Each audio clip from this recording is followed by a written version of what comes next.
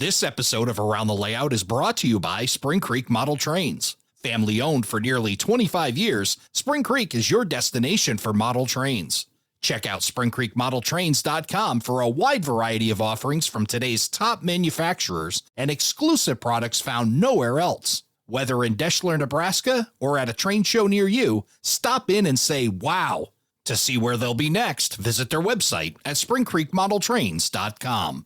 Tully Models is hitting the road. Come see them at the Railroad Hobby Show in West Springfield, Massachusetts, January 25th and 26th in the Mallory Building, Section 133.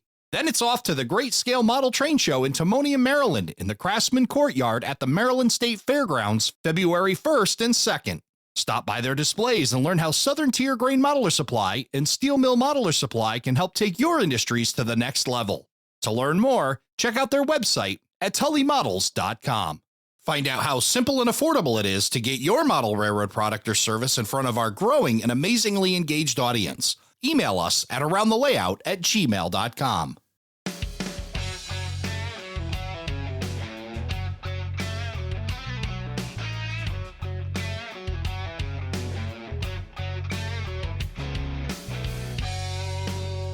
Hello, everybody, and welcome to Around the Layout, where model railroaders come to tell their story.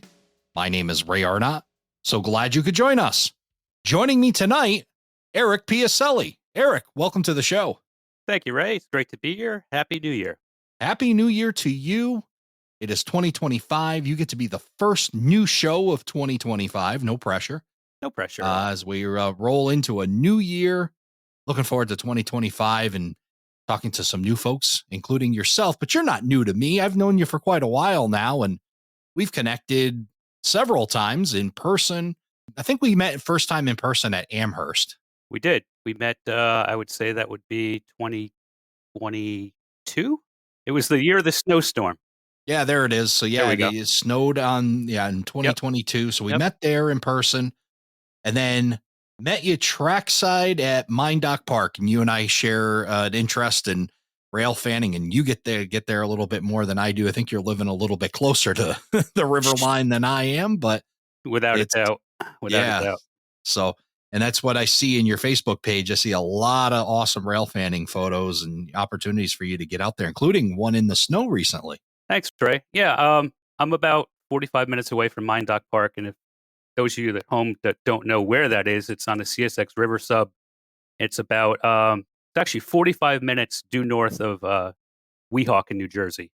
And I get out there a lot, and it's a neat place to go rail fanning any time of the year except the fall, because in the fall, you get quite a bit of traffic coming up from New York City of non-rail fans, and they tend to swarm the place. And photography after, let's say, 10 o'clock till 4 o'clock is pretty much out of the question.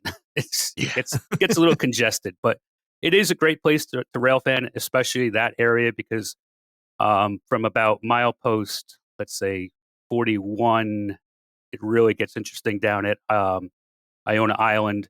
And from there all the way up past, let's say, Highland, New York, there's a lot of photo opportunities. But I've gone all the way up to Selkirk numerous times in the last decade or so. Really come back to rail fanning after the kids got a little bit older, after I got married, because as we know, marriage and kids, things like that get put on the back burner quite quickly. And, I've taken advantage of my son being older, and he shares similar interest as I do in the model railroading and the prototype aspect of it. So whenever we can, in fact, this week, we're trying to get back down there before he goes back to school one last time. And I was down there a couple weeks ago. It was one of those days where it had snowed in the morning, and making my way to work was becoming more and more of a hassle. And I said, enough is enough with this traffic and the snow. I said, I'm going to pull over for a couple hours. And that's what I did. And I sat down there and got my senses back and got my blood pressure down and just kind of chilled out and, had a good time. Just, there wasn't that much action that day, but it was just calm and very serene. And the two trains I did get on the CSX sub are intermodal trains, one northbound, one southbound. And just having those two trains, made it all the worthwhile. One thing that's kind of neat about the River Sub, and I hope I describe it correctly, it's a lot of single track with holding sidings, right? So you get quite a bit of that traffic, and you can be in a spot where it's quiet for a while, but then all of a sudden it could light up, and you could see two or three trains just as they come out of holding sidings, and they're passing each other, et cetera. So there could be some pretty good action at times on that line. With a lot of railfan places, it can be hit or miss. It can be quiet or it can be nonstop action, and it tends to be busiest mostly in early hours in the morning till about mid to late morning. And like you said, that siding between milepost 43 and 45, that's a pretty good place to catch quite a bit of the meets. There's another siding up between Cornwall and Newburgh. There's one further up towards Highland, and there's a few south of us. You just have to listen to the radio, and the more you get down there and you learn the pattern, you kind of learn the symbols of the CSX trains. You can kind of gauge what you're going to see on a given weekday. It's pretty much you're going to walk away 5, 6, 7, 8 trains for an average morning. I don't usually spend all day down there. Usually, like I said, in the morning because the light is much better. You do have Amtrak and Metro North on the other side of the river. So if it gets slow on the west side, you can just jump across, any of the major bridges like Bear Mountain Bridge or the Newburgh Beacon Bridge, and head over and see what's going on in Metro North.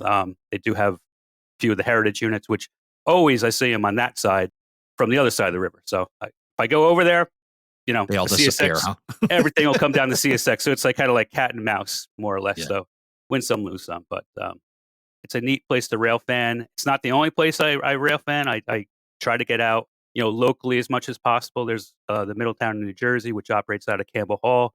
Every day of the week, there's train going someplace, and sometimes they'll operate 2 different jobs. And that's an interesting railroad because it's kind of like one of the last short lines in Orange County, New York, that made it through all the transition from Conrail and Penn Central and Norfolk Southern, and believe it or not, next to CSX on the West Shore line, they're the last, they're the last freight railroad that's still like the last man standing almost. And even though their line's been cut back, over the years, they've actually grown by taking over some of the ex Conrail and Norfolk Southern lines in the past 2 decades.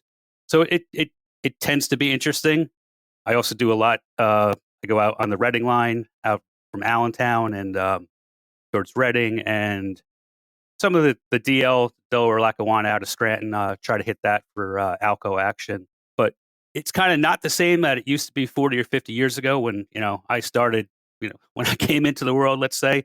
And there's been a lot of changes in the Northeast. We're living in a different time now, and it's, it's unfortunate to see what we missed, but I try to preserve it photographically as much as I can now for generations going forward. That's the way I have an outlook on things.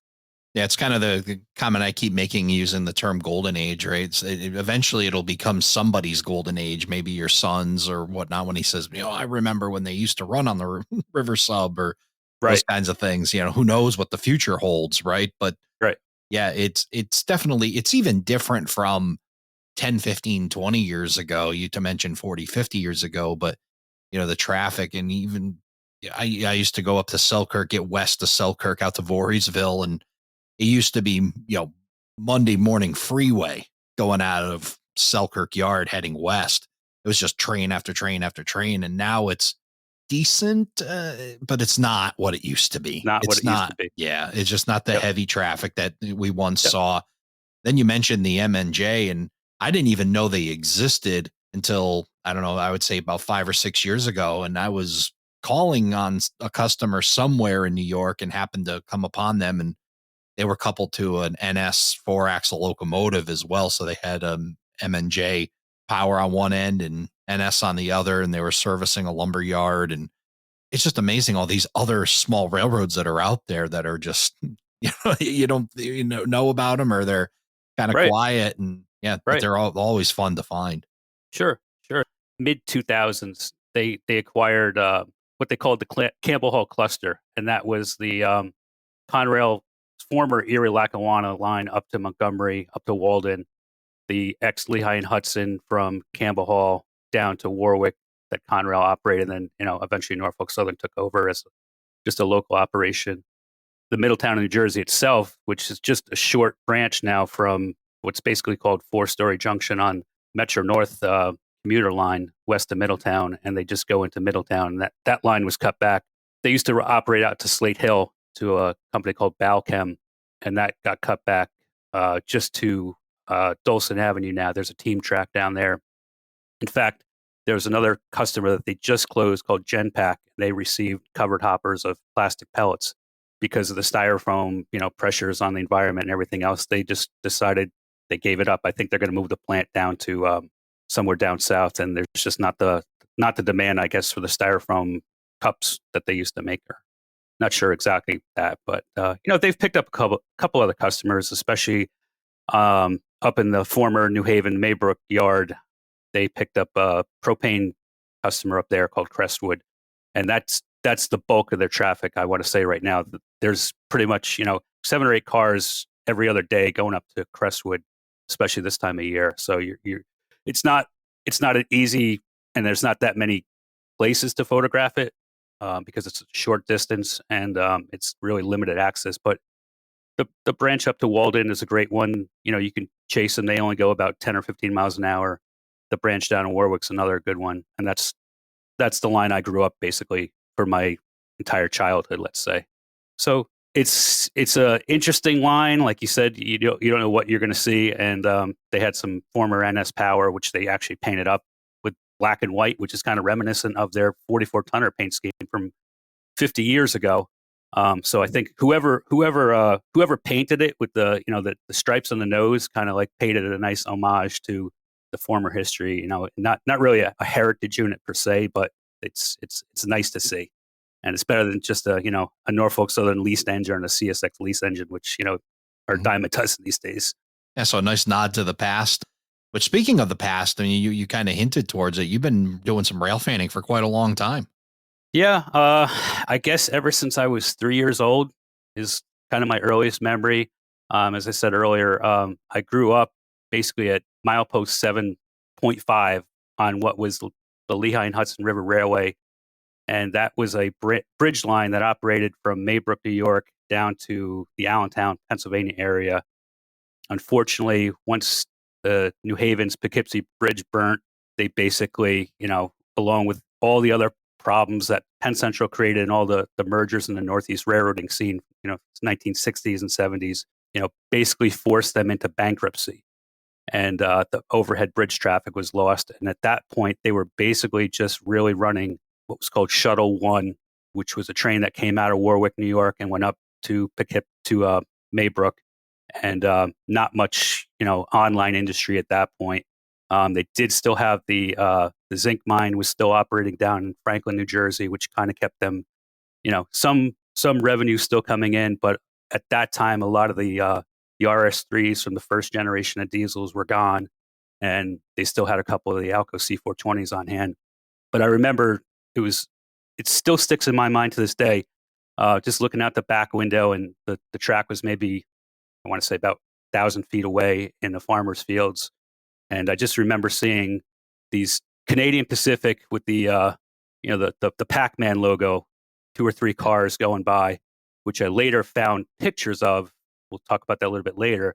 Pictures of those trains up in Maybrook, so that kind of brought it full circle. But yeah, I guess as far as the rail fanning end went, I didn't know that much, until my late teenage years. My dad, kind of got me started in the model railroading end. But as far as the prototypes, it wasn't anything that I knew a lot of interest, a lot of, great detail. I had the Erie Lackawanna's former main line over in Chester, New York, which in Gray Court, actually, Lehigh and Hudson went over, and they had an interchange over there. And, it wasn't until, I want to say, between 1987, 88, when I met Russell, that I really started to go and, track down all these former places. And by asking questions, finding out what was this line, where did this line go? That's how I started to get the interest and started to build up, my knowledge of actually what was going on in the Northeast, that I missed the bulk of it.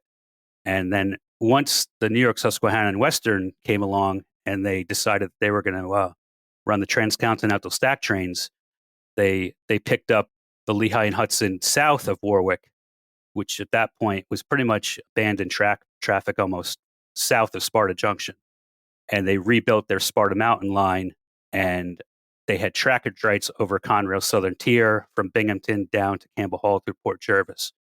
And I remember I worked in the farmer next door, Rose Orchards. I worked there through high school and actually into college. And I remember Mark telling me, Mark was the owner, he came out one summer. He says, "Yeah, they're going to raise the bridge up here because they're going to run these giant double stacked trains." And I thought, we only saw the Conrail loco going by. We used to throw fruit and vegetables off of it, and hit the boxcars. And one time they actually stopped, and we thought we were going to be in trouble, but nothing ever came of it. I think they just knew it was kids. But getting back to the story, though, he said, "Yeah, they're going to raise the bridge up," and they had a bridge that went from one side of the property to the other. And sure enough, that better part of the later part of the summer and the early fall, they raised the bridge up by 2 feet, and it's an old iron bridge. It goes, it's over 100 years old. And I remember the first time, it was in October, that they sent the first stack train east that I saw. And just as a kid, at age 16 or 17, to see these big 6-axle SD45s and Burlington Northern paint schemes, that's what they wound up picking up, come roaring through with a train I'd never seen in my life. Still sticks with me to this day, that wow, from the little branch line that I knew it as to this is going to be 4 or 5 trains a day now, which is what it turned out to be, and then some, was a huge jump. And that's what really got me going as far as photography. It's one of those days you'll never forget in your life, and that's kind of like the takeoff point where I really started to do the photography. And my dad got me my first 35 millimeter single lens reflex. It was a Nikon, and he taught me proper photography techniques, which I still value to this day. And then going forward, jumping into the digital age, and going from a VHS, which you had on your shoulder, and the 8 millimeter, high 8, all those smaller tapes, and then the mini DVs. And now I pretty much do everything on my iPhone and edit it, put it up on my YouTube channel. And it's so the technology's changed. I haven't changed that much. I've gotten older, but as we all have. Yeah, we sure have. Yeah, it's so that must have been a pretty amazing like you said, to see a small line like that grow into something serious like that with a whole bunch of great traffic. And earlier you were mentioning a mentor, and you mentioned his name again, and tell us a little bit about him. Sure. So that was one of those days. It's a funny story, which I still tell a couple people these days. My parents had gone away to Florida. My sister was in college. I was home alone. I was, let's see, so it was 1988. So I was 16, basically. And, I had the scanner on. I heard them got their Form D from Warwick, which they would call in from Pelton Road to get their Form D to occupy the Hudson Secondary up to Maybrook. I said, okay, I got to go out. I'm going to get a picture of the train. So I didn't drive yet, didn't have my license. I walk up to the farmers' fields, get set up, and here are the SD45s coming across the sag between Gray Court and Craigville. That's where I grew up, in Craigville. And train pops out of what we call the tin tunnel. It's basically a big culvert that they rebuilt one of the bridges on one of the state highways back in late 70s, right about the same time they almost actually abandoned the Lehigh Hudson through where I grew up. Train goes by, and I turn around. There's this gentleman standing there with a big grin on his face, gray sweatshirt, and he says to me, "Hey, you like trains, kid?" I said, "Sure." He said, "Well, I don't know if you want to, but I'm going to continue to follow him, and I'm going to probably go up to Maybrook and maybe go a little bit further west. If you want to join me, you're more than welcome to." So casting all kinds of what we were taught in school, elementary school, don't go in a car with strangers, don't talk to strangers. I said, "Sure, I'll go." That was the day I started my friend with Russell Begg, and friendship, I should say. We went up to Maybrook. We saw them do what they called the run by move or run around move up there, because at that point, before they had built an actual direct connection from the Hudson Secondary onto the Graham line at that point, they had to go up to Maybrook, and they had to do a series of pull by or saw by move, because the track it was a runaround track, and they had to cut the power off and do a couple switching maneuvers to get the train headed back west again. So we went up there and spent, I don't know, maybe hour and a half, 2 hours, watched them do that, and then continued further west to a couple different spots along the way. And then we got up to Lackawaxen, Pennsylvania. And if you ever been up there, there's a nice bridge over the Lackawaxen River. But to get to that site, and this is pre-drone days, you have to go up a mountain, literally.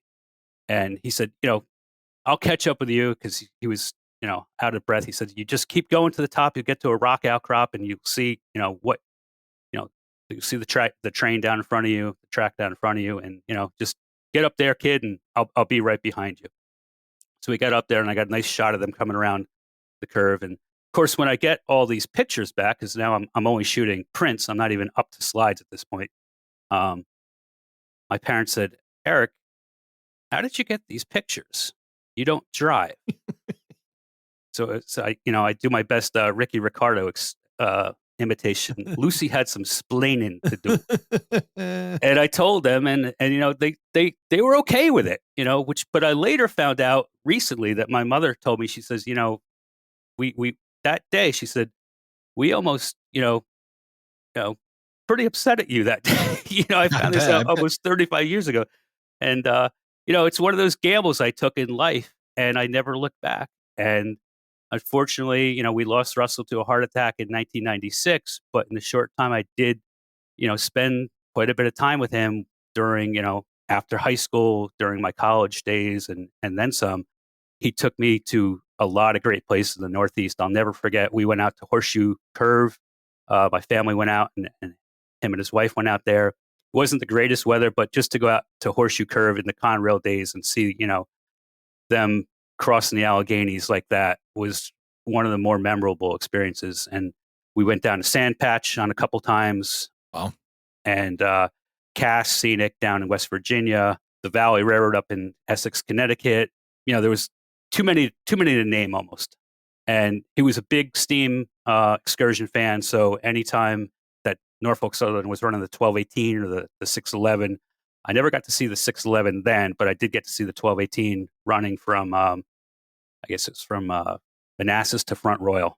And that was an experience, because it was a 2-day trip that they did on both days. And that was my one and only time of seeing the 1218 run. But as I later found out, he did a lot of photography work before I met him.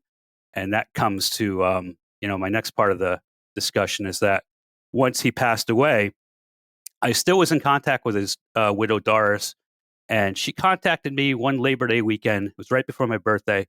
And she said, I have all of Russell's slides, movies, photography equipment, and I'm not sure, if you'd be interested in them.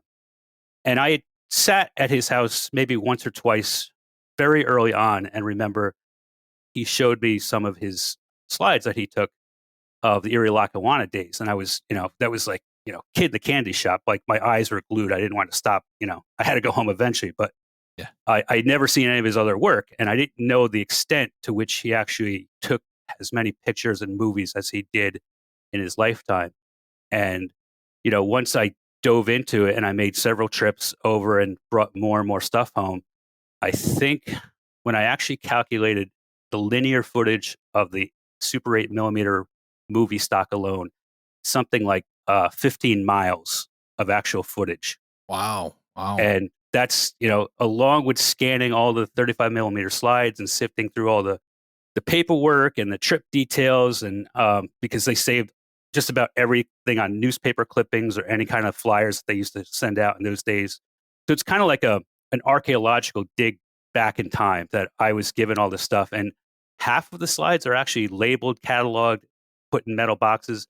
The other half that were still in the 35 millimeter Kodak boxes that basically sat on his kitchen table for all these years. That's the part I have to really go through and sort and, pin down details as far as locations and everything else. But just having that was one of the, I would say it's probably the best gift other than my children I've received in my lifetime, because just to have that alone and be able to scan it and see it firsthand is, it's a rare opportunity. And that's kept me busy and kind of kept me away from the model railroading end of the spectrum too, as well, because you have to balance a little bit of both and pick up where you left off, a couple months later, you're doing the model railroading end, or you're doing the slide end, or you're doing the other things that keep me busy in life. What an amazing opportunity. And I've been sitting here thinking about this. I'm like, weren't the 80s great? Like, Not to say there was stranger danger in the 80s. There's been stranger danger for many years. We were all taught in the 80s about stranger danger, but Sure. But the opportunity you had, although it may have made your mom a little nervous and your dad a little nervous, but somebody that was willing to take you under their wing and show you these places. And I think that's just an amazing thing that you were able to do that. And then at the very end, be able to get his collection.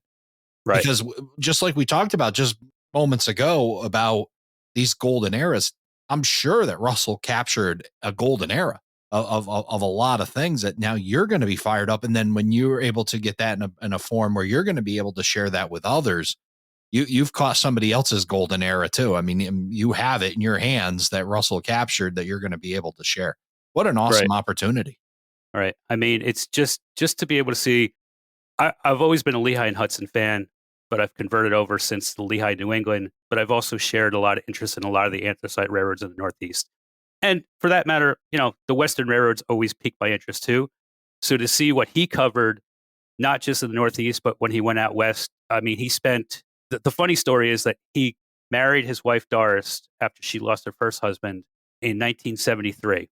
And going through his photography, I never knew this, but he actually spent the entire month of August. He actually got married on the New Hope and Ivyland Railroad down in Pennsylvania.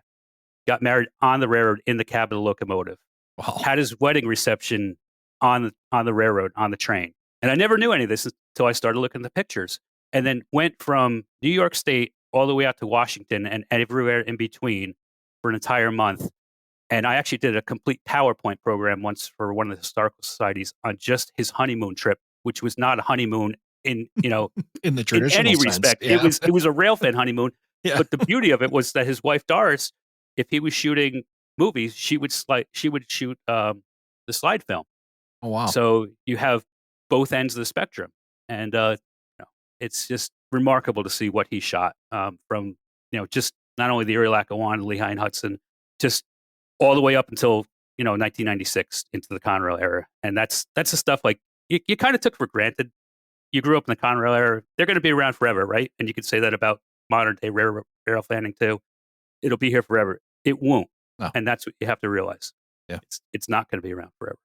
That's why we can continue to encourage folks to just keep shooting, keep capturing what you see, because eventually it will change and there'll be something completely different. And who knows what we'll be talking about 20 years from now and saying, well, I remember when they used to. And yeah, and this is a great example of that. And your mentor, Russell, capturing all that and the stuff that you're capturing yourself and you've captured through the years, either on film or now in digital form, is going to be a treasure for somebody else down the road. So awesome stuff. And this must have really kicked off an interest, not only in railroading of that time, but history overall and your understanding of how all this worked. Cause you've got a good deep knowledge of how this all used to operate in that area.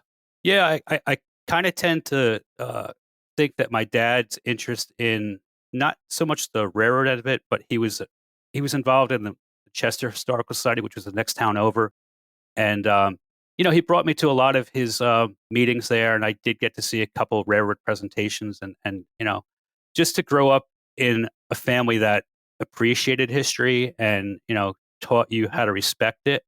And my dad did a couple tours around the hamlet of Craigville where we grew up, and there were 3 different mills, from the Revolutionary era right up into the mid 1800s.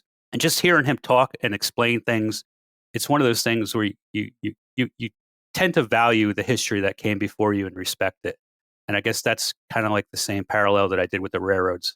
And in fact, they took over the Chester former Erie Railroad station, and they couldn't get into the station because the door was locked. So they sent my dad, who was probably in his early 40s at the point. He was the youngest one out of the entire, elderly community that was there, to go in. And they said, Bob, you go in through the window and unlock the door from the inside. So they sent him into the basement window. And that's how they got into the station after it had been abandoned. And, when they opened up for the first time and they realized, how much work had to be performed on it. But yeah, the history end of it's always been an interesting facet for me. And my 3 children, I think one of them is going to share that same dream because he has a huge interest in ships and especially the Titanic. So it's nice to see, like, he'll go online and come up with all these facts and figures, which I say, for a 9-year-old, we grew up in the days before YouTube and all this internet technology. And, it's fascinating to see some of the things that he's researched and come up with and retained and actually, caught me off guard a couple of times. What's amazing is your ability to be able to share this with your son, and whether it be him going trackside with you or just the passion for history that's got to be an amazing thing to be able to do that. Yeah. Yeah. It really, it's a gift of fatherhood. I could say that, if you can pass one thing on to your kids, it's one of the things that you like to do the most and they enjoy doing it with you. That's, it's really heartfelt when, they say, especially my oldest son, Dad, can we go rail fanning? It's sure. Because I know the days are going to be numbered. He's in college now, and the days just become less and less frequent that's going to happen. So it's, you have to seize those days and make them count. Absolutely. Yeah. Don't let any of them go by without being able to take as much advantage of it as possible.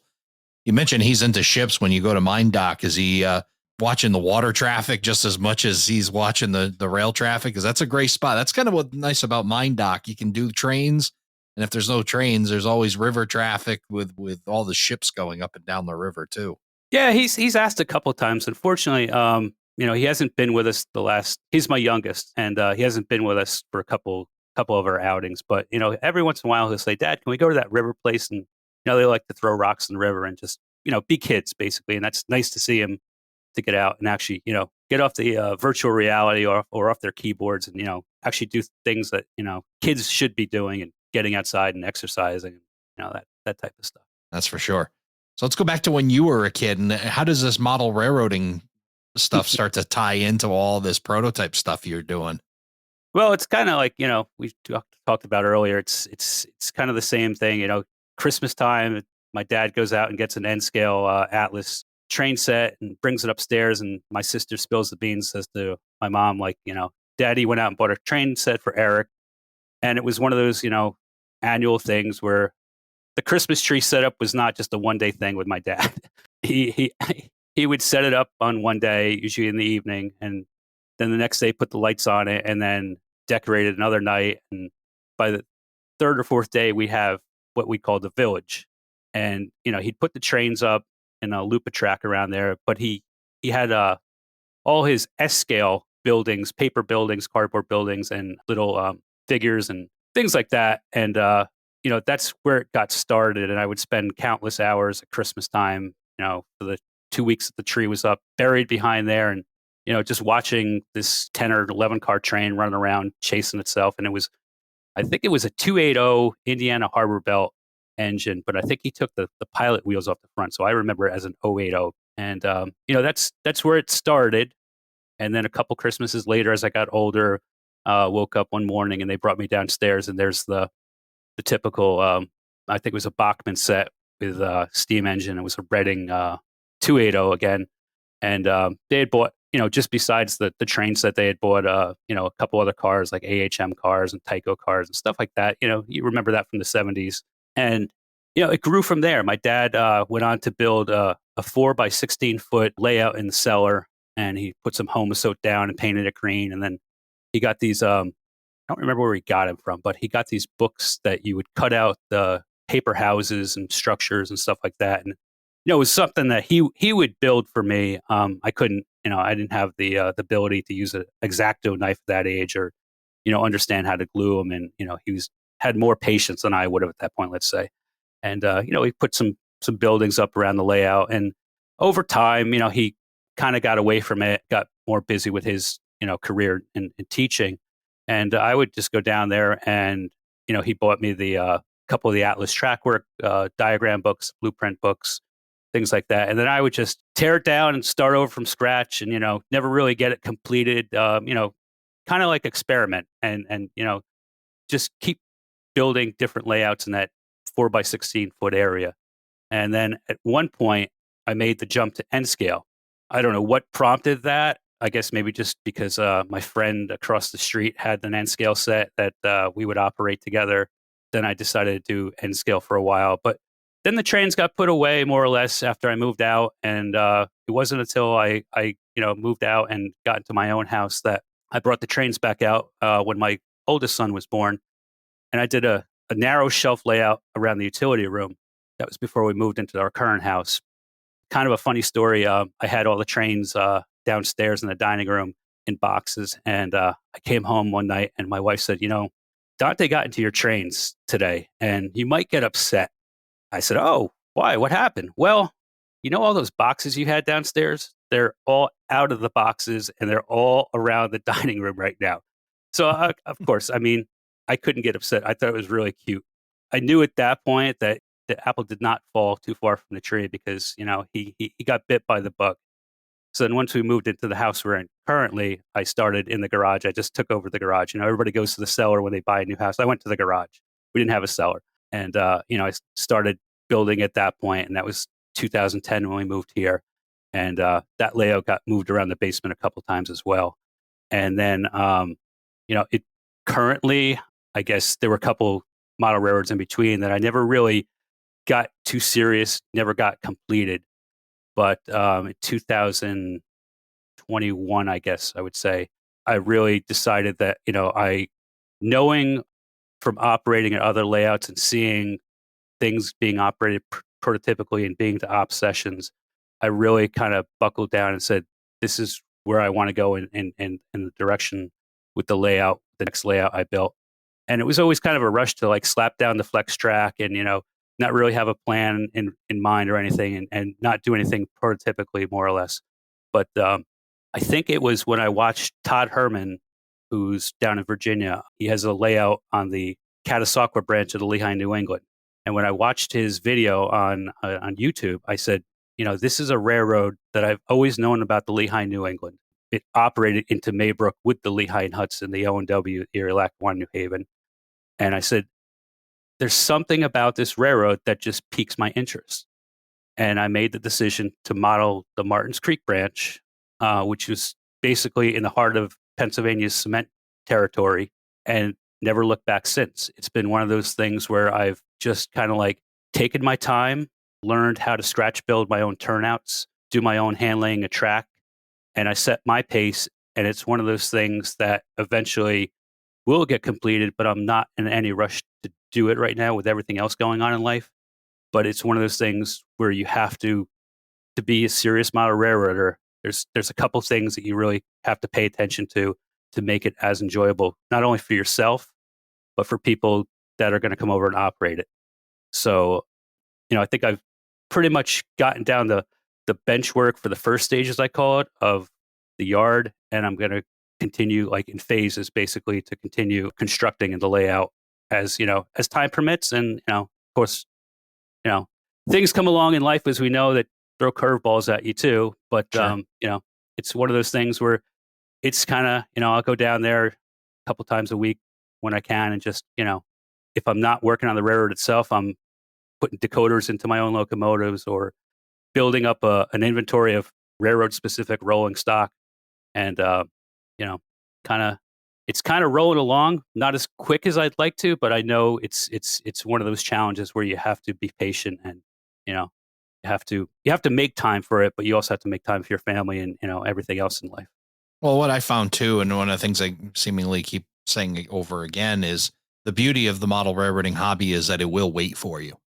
Mhm. Life does get challenging. There's certainly many challenges that folks go through. I know you're going through some challenges as well, and I've gone through some challenges, and it will wait for you. That's the coolest part. It will be there when you're ready for it, and you kind of think the passion to get back to it also helps drive you through some of those challenges as well. I want to go back a little bit and talk about some of your false starts, because you mentioned a little bit about it, but do you have any regrets about those false starts, or would you say that they really kind of helped you to land where you are now? No, absolutely not.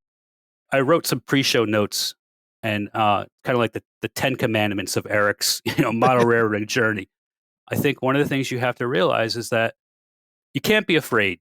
First of all, you have to put your best foot forward, and you have to be confident that you can learn. Like there's so many times I hear people, well, I can't do decoder installation. I can't go from DC to DCC. It's one of those things where there's so much information out there that's so readily available these days that if you have the time just to sit down half an hour each night and just do your research and just be patient, it will come to you. One of the things that I always struggled with was good soldering.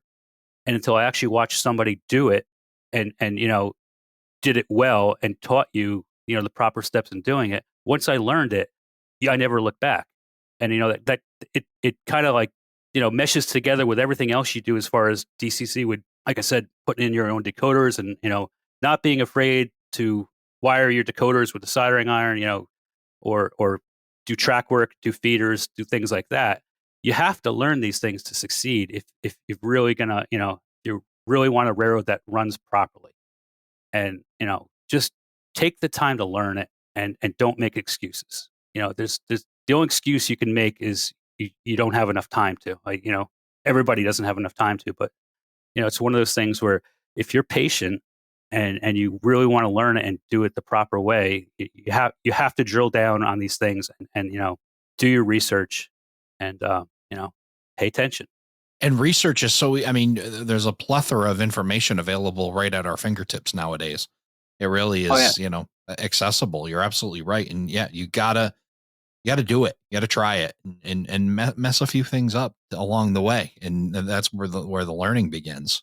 Yeah, but as far as regrets, no, I don't regret it. They were all fun to build. They were all different. They, like I said, I went from area Lackawanna to modeling because my son and I had gotten the River Rossi, the later generation River Rossi, the U-28s that came out in Burlington Northern Pacific, and having Russell's pictures too also helped me spark an interest in the Western roads. So I did that for a little while, and then I jumped back. I thought I was going to model like a Midwestern grain railroad and things like that, and then just one of those days, it just clicked on me. I said, it's okay to have a continuous running track, layout. That's what I was always, brought up with, and I didn't know about the point to point end of it so much, and didn't know about the operations end of it either. But if you think about it, we're going to go backwards here as far as my 10 commandments. Life is a point to point journey. There's a lot of repetitive loops on it or, side tracks. But when it comes down to it, how you operate your life is basically how you operate your model railroad, right? You go from one point in life to another point. It's the same thing on a model railroad. And the things you learn along the way are what make you a better person for who you are. But, going back to, I'm a big fan of doing my own track work. And the way that got started was I had gotten a couple turnouts and they just brand new right out of the box. The frogs were not right. They were causing all kinds of problems. And right around the same time COVID hit, everybody's online. There's a lot of free time. I worked through COVID. I didn't have that luxury except for like maybe 6 weeks. We were on a abbreviated schedule, 2 weeks on, 2 weeks off. But I, worked right through COVID. We were declared essential workers, and I didn't have that that ability. But you learned a lot from other people that did, go out and start making their own videos and things like this. So there was a guy who models the Frisco Railroad, the White River lines, and I watched Drew's channel, routinely. Just he was releasing videos, left and right about how he started doing his own hand laying track, and I got a lot of good knowledge and a lot of good inspiration out of that. So that's one of those things like there's so much information out there, but this comes back to my rules too. Like there's so much information, it's easy to get swallowed up into it and easy to lose track of like, you go online to research something and you go down the rabbit hole and then before you know it, 3 hours have gone by and your railroad's still waiting for you to get back to. So you gotta stay focused and you gotta, stay on point with what you go out there to research for. Yeah, I think you bring up a good point there. I mean, it's kind of analysis paralysis, right? Where you start Yep. to get too much information, and then Yep. you become overwhelmed and you're paralyzed by it. And trying to Yes. avoid that, just find some good sources you can trust and stick to those because, yeah, you can pretty much find, each viewpoint on the internet on any topic, the yay and the nay. So you Yeah. just got to try to find somebody that you can really believe in and try to follow that path for a while. I know there's a few people, that get stuck with the analysis paralysis, and they want to do things as prototypically as possible. I understand it, but when it comes right down to it, you have to make sacrifices. You can't model it every inch for inch, right? Right. It's not going to happen.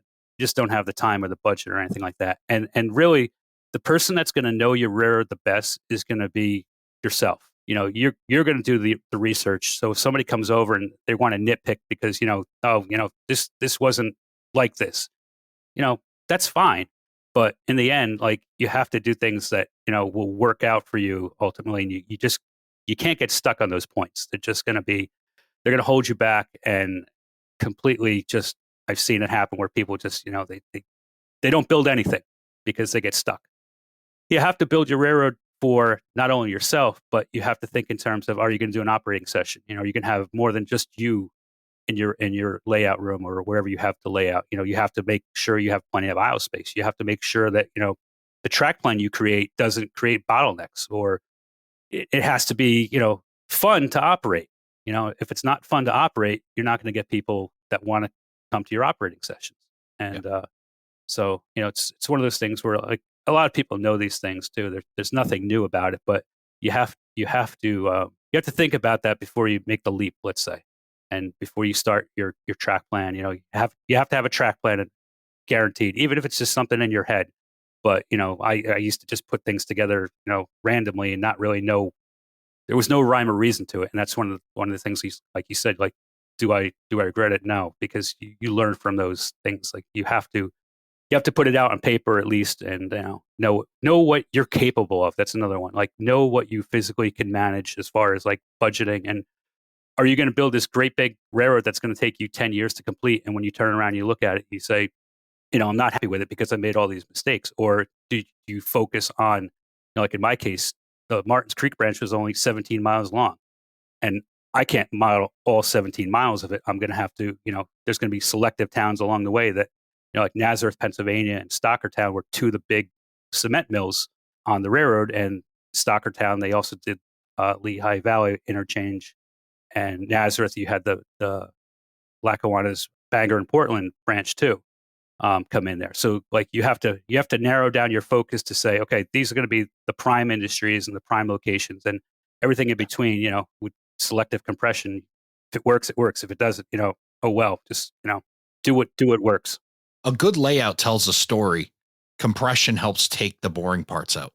Exactly. And that helps you tell a great story. Great stories don't have boring parts. They don't have the mundane details that nobody needs to know. They don't need to know what socks you put on that day when you ran, ran a marathon. They don't. That's not important. That's not the important part, right? Exactly. So that's and I don't even know why I came up with the analogy of running, because this guy has never run a mile in his life. But nonetheless, you take those boring parts out, and then that tells your better story of your layout. You mentioned before you had a mentor when it came to the prototype in photography with Russell. Who's been influencing you when it comes to model railroading? It's a really excellent question, right? It's kind of collective, but, like, I find myself, with time on my hands, and I wanted to learn the DCC aspect of it, which is, if you're gonna have a layout with DCC, you have to know the ins and outs of it. And other than Pester and Don Iris, every once in a while with some DCC questions, Dakotas and stuff like that. He's great. Never met him personally, but we communicated, via Facebook and everything else. I want to say Larry Puckett, the DCC guy, because he's got a really good channel, and he covers not only the DCC aspect of it, but he covers multiple aspects of model railroading.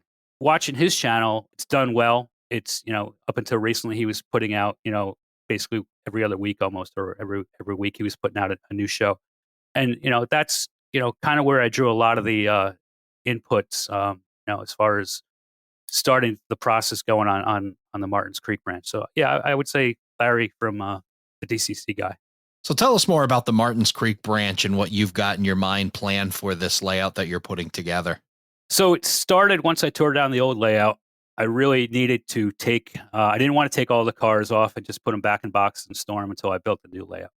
So, they kind of, like, hung out in the garage in different areas on a workbench. And, at that point I still was, had all the old, 50-foot boxcars and stuff that wasn't going to work. So that stuff got packed up and, eventually, hopefully get sold. But I started coming up with the bench work and planning, and I said, I don't want to do anything deeper than 2 feet wide. And it's basically kind of like if you took Don's layout and cut it in half with the helix in the center and, the peninsula. So it's like a big J shape. So it's going to be a multi-deck, 2-level layout. And I built the yard as kind of like almost like a holding area to get all the cars put there. And then ultimately it decided that that was going to be what's called Tadmore Yard, which is kind of a little bit east of Bath, Pennsylvania. I started there and I scratch built, it had, I have eight tracks for the entire yard. And the real Tadmore Yard had quite a few more and had what was called the thoroughfare, which was like 2 tracks to get around the yard. It's actually one of the few places where it actually had double track on the whole line. So I started there, and it's been a work in progress. Let's say I got all the turnouts built. I built the turnouts not individually, but I built them as like 3 or 4 turnout sections, so I could use one continuous common rail when I could, and built them as skeletons. Started building with the fast tracks jigs, and then started going completely just by using the paper templates and gluing the templates onto Homoso, and cutting my own PC ties and cutting my own basswood ties as well, because it's, let's face it, you need all different sizes for the turnouts, and it just made more sense economically just do it on your own. So I was ripping pieces of basswood down with a micro engineering table saw and stuff like that. So I just started really banging it out. Let's say day in and day out for a while there. Got everything down as far as the yard, and that's what I considered phase 1. Phase 2 will be from the yard going railroad east towards Nazareth, and at that point you'll have the like I said, the Lackawanna's B&P branch alongside of it, and there's several huge cement complexes that have to get built for that, and that'll be on the peninsula opposite where the yard is currently, and then a helix, and then that brings you up to the second level, which will have the rest of the big players on the railroad, Stockertown, and eventually wind up at the town of Martins Creek, which you've been there. You've took your drone up and photographed the existing Alpha Cement Works for me on a whim, which I appreciate. And so there's really going to be like 4 main areas with the concrete industry is the backbone of what's what was the core business of the Lehigh and New England, right until they were abandoned in 1961, and that came about because Pennsylvania, up until that point, only allowed the bulk of the cement business to ship via railroad. And then ruling was changed, and they went to trucks. And the parent company, Lehigh, New England, Lehigh Coal and Navigation Company, saw the handwriting on the wall. And even though the anthracite business on the line from Tamaqua through Penn Argyl up to Maybrook, that was the bridge line traffic for the anthracite end of it, the cement belt region was profitable. And for them to just abandon the entire line, they kept a small piece out, just still operated out by Tamaqua these days, by the Reading and Northern, and they kept the Martins Creek branch and the Bethlehem branch. So those are the 3 pieces that were left after the Lehigh New England was officially abandoned in 1961. Eventually, C&J took over operations into the early 70s, and then Lehigh Valley, ultimately Conrail, and now currently today Norfolk Southern still operates up out of Bethlehem. They operate a local 5 or 6 days a week, I believe. I've caught them down there.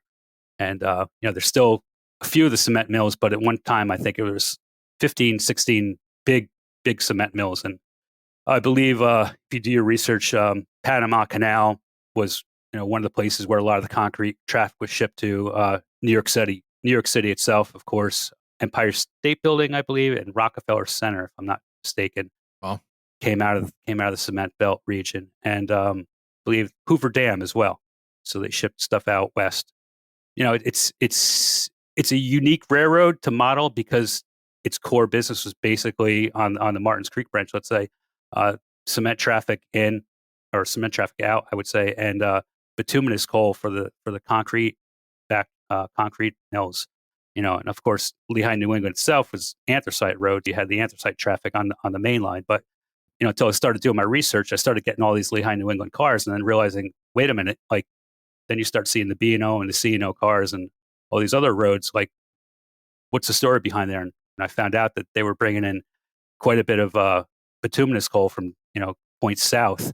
In fact, railroad you're familiar with, the Reading had a branch from Albertus up to Catasauqua, and that was the main conduit for the bituminous coal coming from points south to get onto the Lehigh, New England, to the concrete mills.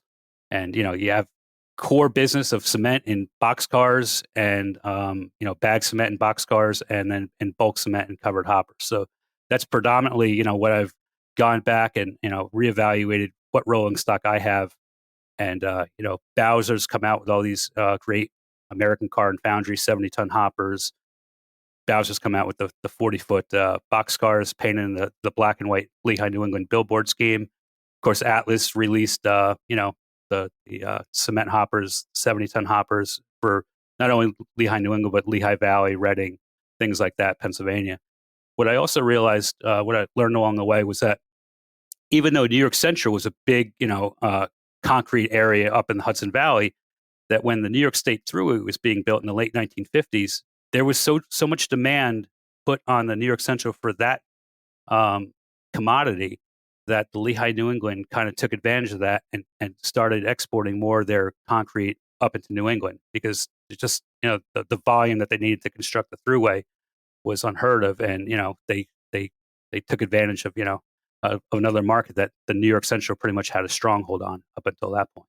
So it was a fascinating thing. It's still ongoing. I'm still buying books, and people are giving me books. My friend Doug Barbario's been getting me all these Peter Brill books on the Lehigh, New England, and getting me car diagram books off the Lackawanna, because it's not just the Lehigh, New England that's fascinating. It's the railroads that went along with it in the area. Like, they had the bottle cars. I don't know if you're familiar with the bottle cars, but they were these 5 or 6 containers in a gondola that they were hot traffic, basically. So if the railroad made sure that they kept those cars moving to the New York City area, and modeling those cars is another thing, one of those side projects I'll eventually get to do. And some people, have done really spectacular jobs modeling those, but it's not just box cars and covered hoppers. There's other, key rolling stock that have to get modeled too as well.